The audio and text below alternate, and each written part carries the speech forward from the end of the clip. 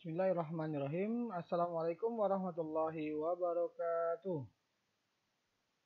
Apa kabar siswa-siswa yang hebat? Kembali lagi bertemu bersama saya dalam video pembelajaran melanjutkan video-video seri peluang sebelumnya. Kali ini adalah tentang peluang kejadian majemuk yang merupakan sub pokok bahasan terakhir pada bab peluang kejadian. Adapun yang akan kita pelajari dan kita bahas di dalam video ini adalah yaitu peluang kejadian majemuk saling lepas, peluang kejadian majemuk saling bebas, dan peluang kejadian majemuk bersyarat. Oke, selamat datang dan selamat berjumpa kembali di channel YouTube kami, Ariza Channel, dengan moto belajar dan berbagi. Silakan tonton sampai habis. Semoga menjadi manfaat nantinya. Kalau memang benar menyukai, silakan like, berikan komentar Anda, jangan lupa subscribe dan share seluas-luasnya agar menjadi berguna dan bermanfaat bagi semua orang. Oke, alhamdulillah semoga kita selalu dalam keadaan sehat dan dapat melaksanakan aktivitas kita seperti biasanya. Baiklah anak-anak sekalian, kita mulai dari mengingat kembali kompetensi dasar pada pokok bahasan peluang, yaitu mendeskripsikan dan menentukan peluang kejadian majemuk. Peluang kejadian yaitu kejadian saling bebas, saling lepas, dan kejadian bersyarat dari suatu percobaan acak.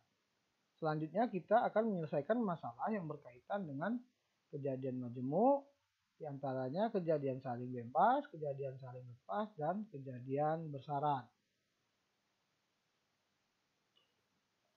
Oke, kita masuk ke materi pembelajaran, yaitu peluang kejadian majemuk merupakan peluang dengan dua kejadian yang terjadi, yang dinotasikan dengan simbol union, seperti mirip huruf U.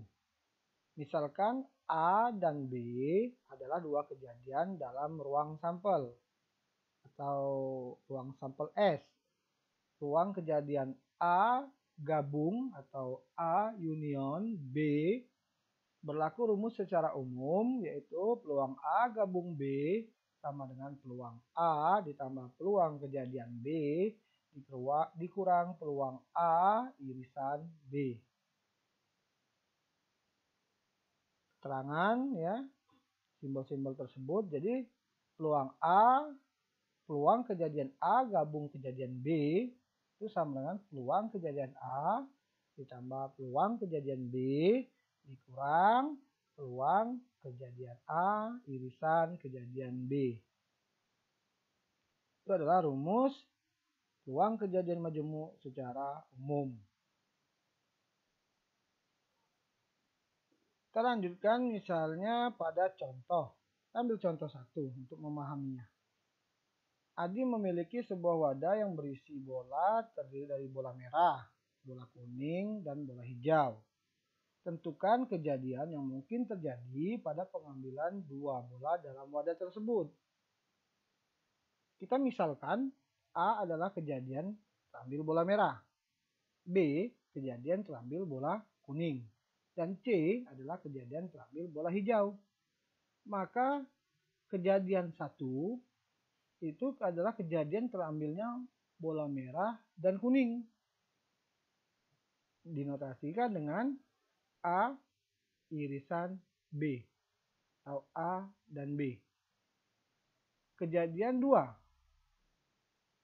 Kejadian terambilnya bola merah dan hijau. Dinotasikan dengan A dan C atau irisan C. Kejadian 3, kejadian terambilnya bola kuning dan hijau. Dinotasikan dengan B irisan C. Jadi dari kejadian pengambilan dua bola dalam wadah yang terdiri atas bola merah, bola kuning, dan bola hijau, maka kejadian-kejadian yang mungkin terjadi adalah ketiga ini. Ya. Kemudian kita lihat kasus yang lain atau contoh yang lain. Pengunjung suatu toko pakaian diklasifikasikan berdasarkan jenis kelamin, yaitu laki-laki dan perempuan, serta berdasarkan usia kurang dari 30 tahun dan lebih dari 30 tahun. Tentukan kejadian majemuk yang mungkin terjadi. Jadi kita bagi menjadi, misalnya P adalah kejadian pengunjung laki-laki, Q adalah kejadian pengunjung perempuan, R kejadian pengunjung berusia kurang dari 30 tahun, dan S adalah kejadian pengunjung berusia lebih dari 30 tahun. Nah, kejadian-kejadian yang mungkin yaitu yang pertama atau yang ke-1, kejadian pengunjung toko laki-laki atau perempuan, dinotasikan dengan P gabung Q. Mungkin kejadian kedua adalah kejadian pengunjung toko berusia kurang dari 30 tahun atau berusia lebih dari 30 tahun, dinotasikan dengan R gabung S. Kejadian ketiga, kejadian pengunjung toko laki-laki dan berusia kurang dari 30 tahun, dinotasikan dengan P irisan R. Kejadian 4, kejadian pengunjung toko laki-laki dan berusia lebih dari 30 tahun, dinotasikan dengan P irisan S. Kejadian kelima, kejadian pengunjung toko perempuan dan berusia kurang dari 30 tahun, dinotasikan dengan Q irisan R. Dan kemungkinan kejadian berikutnya adalah kejadian pengunjung toko perempuan dan berusia lebih dari 30 tahun, dinotasikan dengan Q irisan S. Nah, dari dua contoh ini adalah contoh bagaimana kita menentukan suatu kejadian majemuk dari suatu kegiatan yang dilakukan. Kalau ini tadi adalah pengambilan dua bola dalam satu wadah yang terdiri atas bola merah, bola kuning, dan bola hijau, maka kejadian-kejadian yang muncul adalah yang ini. Contoh yang kedua adalah pengunjung suatu toko pakaian, ya, yang diklasifikasikan jenis kelamin dan usia. Jadi ada kemungkinan kejadian yang timbul dari kasus 1 dan 2 dapat ditentukan.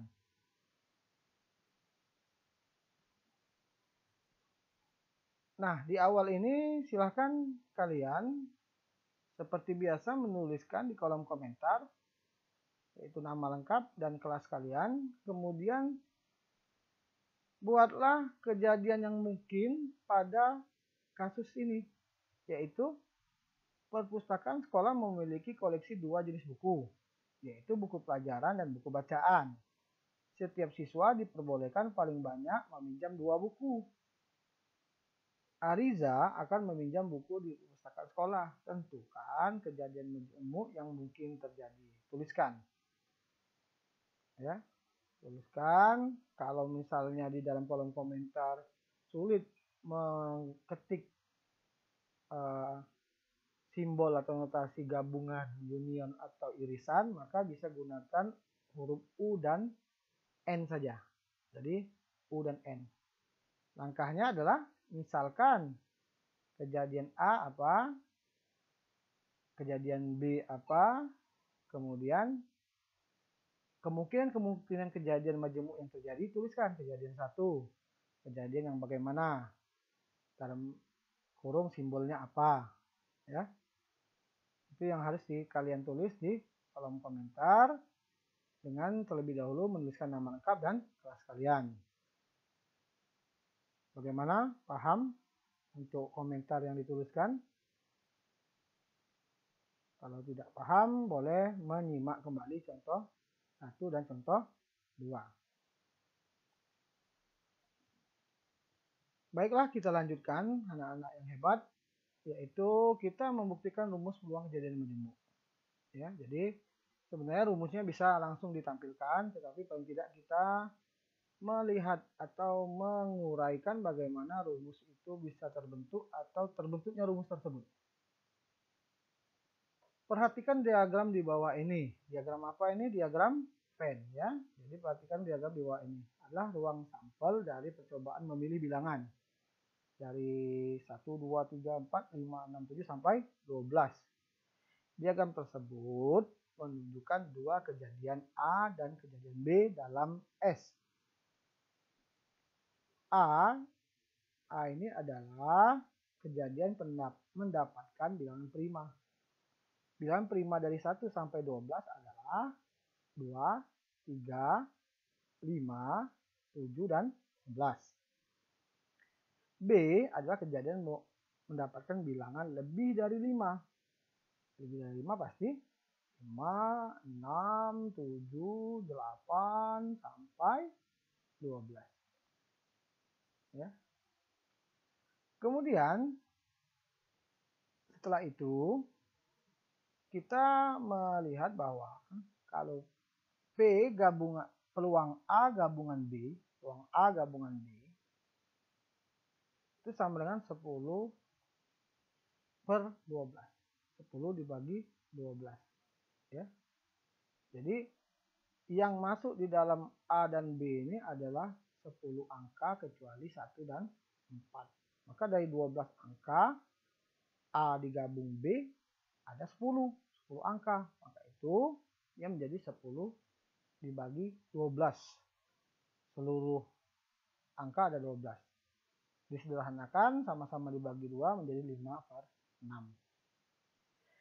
Jika dilihat hubungan antara PA gabung B, PA dan PB, terdapat irisan antara A dan B. Disimbolkan A irisan B, yaitu 5, 7, dan 11. Silakan kembali perhatikan, ada irisannya di sini. 5, 7, dan 11 masuk di himpunan A atau anggota A. 5, 7, dan 11 juga masuk di anggota atau di himpunan B. Maka ini adalah irisan antara A dan B, yaitu 5, 7, dan 11. Ada 3. Ya, jadi peluang A irisan B sama dengan 3 dibagi 12. Disederhanakan menjadi 1 per 4. Kalau kita melihat kembali, maka dengan menggunakan rumus umum PA gabung B, yaitu adalah PA ditambah PB dikurang PA irisan B. Maka PA gabung B sama dengan 10 per 12. Ya, kita dapatkan 10 per 12 tadi di awal dengan melihat tanpa menggunakan rumus. Maka dengan menggunakan rumus secara umum, PA gabung B adalah 10 itu diperoleh dari 5 pada himpunan A atau anggota A ditambah B ada 8, ya, 2, 4, 6, 8 anggota dikurang irisan 3 dibagi atau per 12 sama 12. Ya. Nah, maka 5 per 12 ditambah 8 per 12 dikurang 3 per 12. 5 per 12 adalah peluang kejadian A. 8 per 12 adalah peluang kejadian B. Dan 3 per 12 adalah peluang kejadian A irisan B.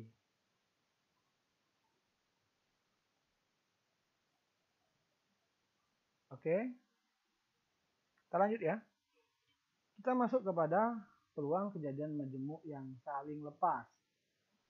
Jika suatu kejadian A dan B tidak bersekutu, artinya tidak ada irisannya, ya, maka dapat dikatakan dua kejadian itu adalah saling lepas, atau saling asing, atau saling eksklusif, bahasa lainnya. Maka peluang A irisan B sama dengan peluang himpunan kosong, anggotanya tidak ada, itu sama dengan 0. Jadi dia tidak ada irisan, maka itu disebut saling lepas. Seperti yang ditunjukkan pada gambar diagram ini. Ya, jadi ini adalah himpunan bilangan ganjil kurang dari 10. Ini adalah himpunan bilangan genap kurang dari 10. Dan di luar adalah lebih dari 10. 10, 11, dan 12. Jadi tidak ada irisan antara kedua kejadian ini. Maka disebut dengan peluang kejadian saling lepas. Ya. Jadi kalau ada irisannya itu lain lagi kasusnya. Itu kita perhatikan apakah ada irisan atau tidak ada irisan. Atau irisannya sama dengan 0. Ya. Kita lanjutkan. Maka ya, dari S ruang sampel semuanya adalah 1, 2, 3 sampai 12.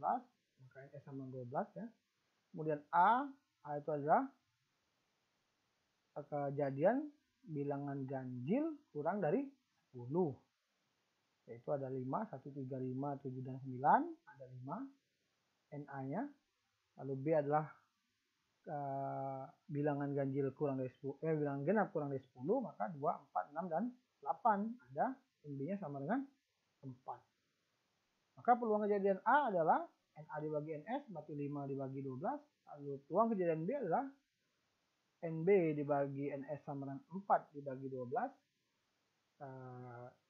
Tidak usah disederhanakan dulu, nanti karena akan menyamakan penyebut tetap ya. Jadi peluang A gabung B sama dengan 5 ditambah 4, 9 per 12. Kalau kita perhatikan dari sini kita bisa melihat ya bahwasannya peluang A gabung B sama dengan peluang A ditambah peluang B. Kenapa? Karena tidak ada irisannya, sehingga A irisan B sama dengan 0. Ya. Maka itu dua kejadian dalam suatu percobaan dikatakan saling lepas jika masing-masing kejadian tidak mungkin terjadi bersama-sama. Misalkan dua kejadian tersebut dinyatakan dalam kejadian A dan kejadian B. Rumus peluang kejadian A dan atau B yang saling lepas adalah peluang A gabung B sama dengan peluang A tambah peluang B. Jadi rumusnya sangat sederhana sekali ya.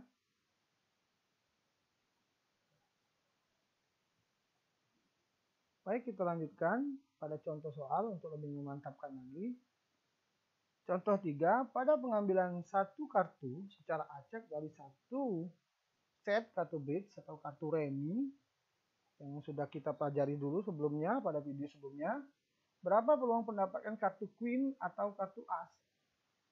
Kita misalkan adalah A kejadian mendapatkan kartu queen dan B adalah kejadian mendapatkan kartu as, maka A irisan B tidak mungkin terjadi karena antara kartu queen dan kartu as tidak ada irisannya. Ya. Jadi peluang A gabung B sama dengan peluang A ditambah peluang B. Jadi karena kartu queen ada 4 lembar ya. Kemudian kartu as juga ada 4 lembar dari satu set kartu bridge, maka peluang A 4 per 52 ditambah peluang B 4 per 52 sama dengan 8 per 52 sama dengan disederhanakan 2 per 13. Ya. Kemudian contoh 4. Kita lihat contoh 4. Pada percobaan melempar 2 buah dadu bersama-sama, tentukan peluang untuk mendapatkan kedua mata dadu berjumlah 4 atau 9. Kita misalkan A adalah kejadian mendapatkan kedua mata dadu berjumlah 4. Dan B kejadian mendapatkan kedua mata dadu berjumlah 9. Maka dari dua kejadian ini tidak ada irisan. A irisan B tidak mungkin terjadi. Artinya A irisan B-nya bernilai sama dengan 0. Nah, kita lihat yang berjumlah 4 dan berjumlah 9 dengan bantuan tabel kalau belum mahir. Tapi kalau bagi kalian yang sudah mahir, kalian bisa menentukan sendiri. Ya. Dari sini terlihat bahwa yang berjumlah 4 ya, yaitu 31, 22 dan 13 atau 13, 22 dan 31. Ada berapa? Ada 3. Dari ruang sampelnya 36. Kemudian yang berjumlah 9 yaitu 36, 45, 54 dan 63. Ada berapa? Ada 4 dari 36 ruang sampel. Jadi peluang A gabung B yaitu 3 per 36 ditambah 4 per 36 sama dengan 7 per 36. Oke, paham? Kalau sudah, mari kita lanjutkan pada pembahasan berikutnya. Pembahasan berikutnya adalah peluang kejadian majemuk yang saling bebas.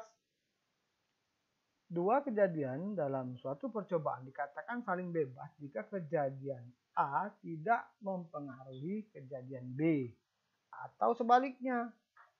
Maka rumus peluang kejadian A atau B yang saling bebas adalah peluang A irisan B sama dengan peluang A kali peluang B. Untuk lebih memahaminya, mari simak contoh 5. Sebuah dadu bersisi 6 dilemparkan 2 kali. Berapakah peluang bahwa nomor yang muncul pada pelemparan pertama adalah 3 dan nomor yang muncul pada pelemparan kedua lebih dari 3? Ingat bahwa sebuah dadu memiliki 6 sisi, yaitu 1, 2, 3, 4, 5, dan 6. Berarti NS-nya adalah 6. Dimisalkan kejadian A adalah yang muncul adalah angka 3. Maka NA-nya sama dengan 1.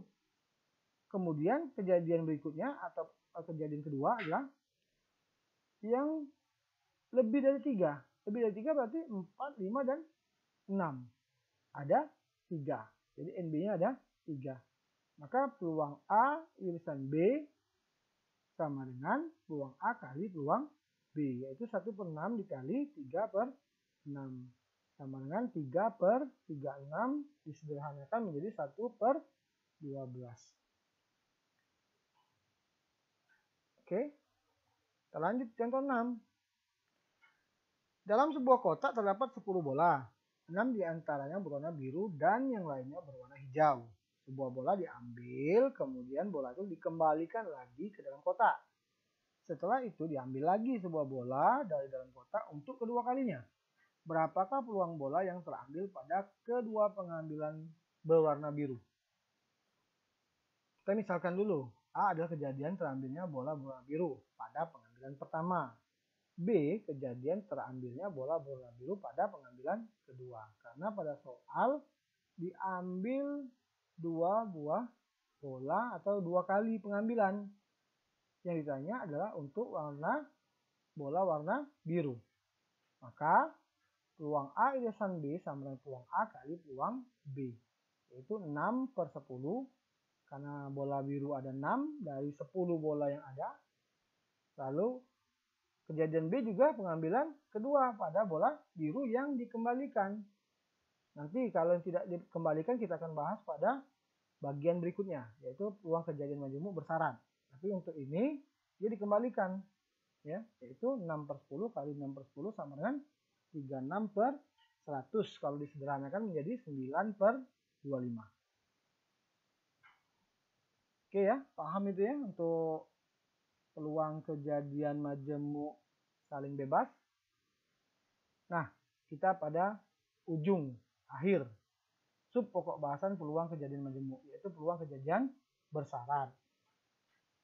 Peluang kejadian bersyarat merupakan peluang suatu kejadian yang didahului dengan kejadian bersyarat. Ada syarat kejadian pertama terhadap kedua. Nah, rumus peluang kejadian bersyarat ini kelihatannya tampak sulit sekali, sukar sekali, padahal tidak seperti apa yang tampil atau yang ditampilkan. Rumusnya sederhana atau pengerjaan pada penerapan pada soal atau pemecahan masalah dalam kehidupan sehari-hari lebih mudah. Ya, jadi jangan melihat rumus ini langsung down, takut bahwa ini adalah rumus yang sulit dan susah dikerjakan. Tidak. Ini hanya menampilkan bahwa rumus ini dan membacanya. Ya, jadi rumus peluang munculnya kejadian A dengan syarat kejadian B telah muncul atau terjadi terlebih dahulu adalah peluang A pakai tanda garis B, ya, sama dengan peluang A irisan B dibagi peluang B. Di mana PB tidak boleh sama dengan 0. Kenapa? Karena penyebut pada pecahan tidak boleh bernilai 0 karena dia akan menghasilkan nilai tak hingga, ya. Nah, rumus ini dapat juga dimodifikasi kembali menjadi ketika ditanya peluang A irisan B, maka hasilnya sama dengan peluang A garis B, artinya peluang kejadian B dengan A terjadi terlebih dahulu dikali peluang B. Sama halnya dengan yang kedua, hanya dibalik kejadiannya. Nah, sekarang untuk lebih memantapkan lagi pemahaman kalian tentang rumus ini atau penerapannya dalam kehidupan sehari-hari atau dalam pemecahan masalah, mari simak contoh 7 berikut.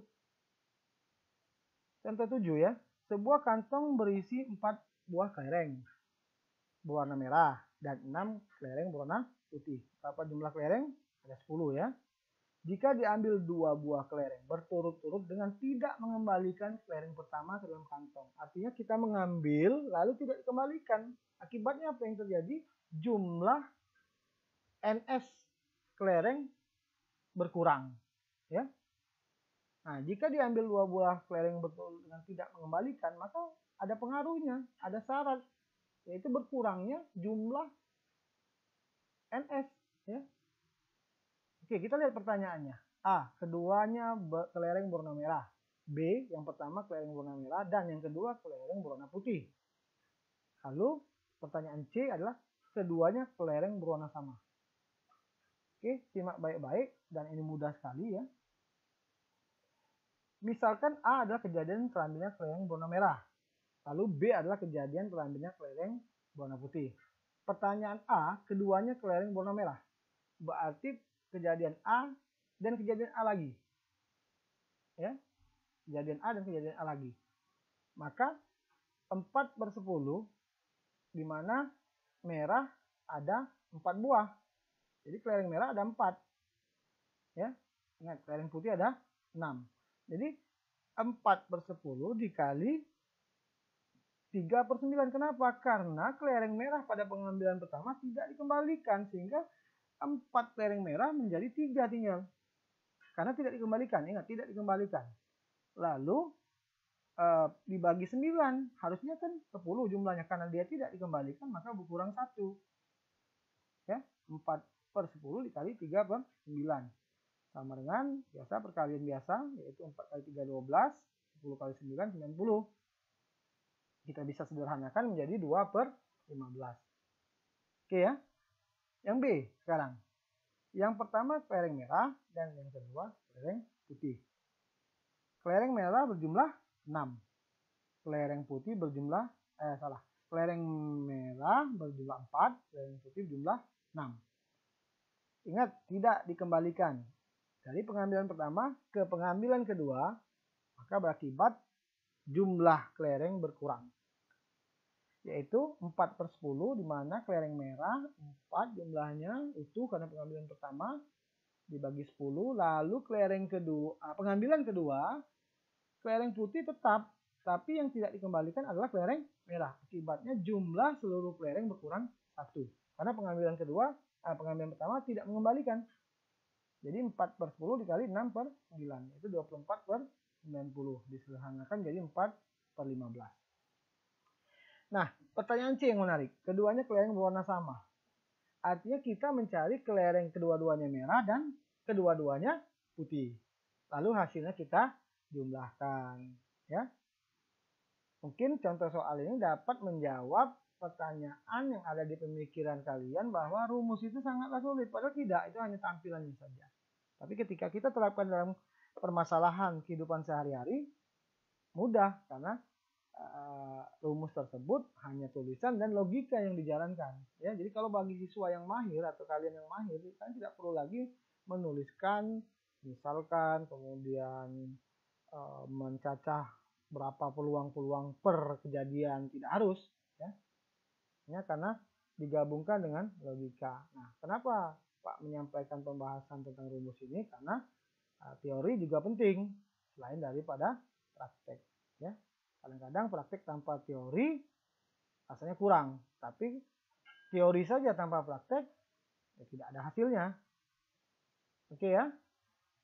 Nah, akhir video pembelajaran ini mungkin kalian tidak menyukainya, tetapi penting, yaitu uji kompetensi. Perhatikan soalnya, catat di buku catatan kalian, kerjakan nanti. Kalau memang kalian tidak paham cara mengerjakannya, diskusi bersama teman, rekan satu kelas atau kelas yang lain, atau bisa diskusi bersama Pak ya, melalui daring ataupun tatap muka, tapi tetap menjaga protokol kesehatan ya. Ini soalnya ada 1, 2, 3 ya. Kemudian ada 5 soal. Ya. Setelah kalian mengikuti penjelasan pada video pembelajaran ini, pasti kalian bisa mengerjakan itu. Ya, jadi ada 5 soal ya. Silakan dicari jawabannya, silakan didiskusikan. Kalau tidak jelas silakan ditanyakan. Jangan lupa tuliskan nama kalian, kelas di kolom komentar dan jawaban. Yang mana jawaban? Jawaban pada tes pemahaman peserta didik tentang bagaimana menentukan peluang kejadian majemuk dari satu kasus dan simbolnya. Ingat simbolnya tadi kalau tidak bisa diketik seperti yang contoh di sini, gabungan bisa kalian ketik huruf U dan irisan bisa kalian ketik huruf N, ya. Ini soal uji kompetensi ya. Kemudian terima kasih. Mohon maaf jika ada kekurangan. Tidak salah kalau saya kembali lagi ingatkan, silakan like kalau kalian suka, komen tadi tetap dituliskan, yang belum subscribe silakan subscribe, jangan lupa share seluas-luasnya video pembelajaran ini mungkin menjadi amal baik bagi kita semua, bermanfaat dan berguna bagi orang lain. Sampai berjumpa kembali. Terima kasih atas perhatiannya. Saya akhiri. Wabillahi taufiq wal hidayah. Wassalamualaikum warahmatullahi wabarakatuh. Sampai berjumpa pada video pembelajaran selanjutnya.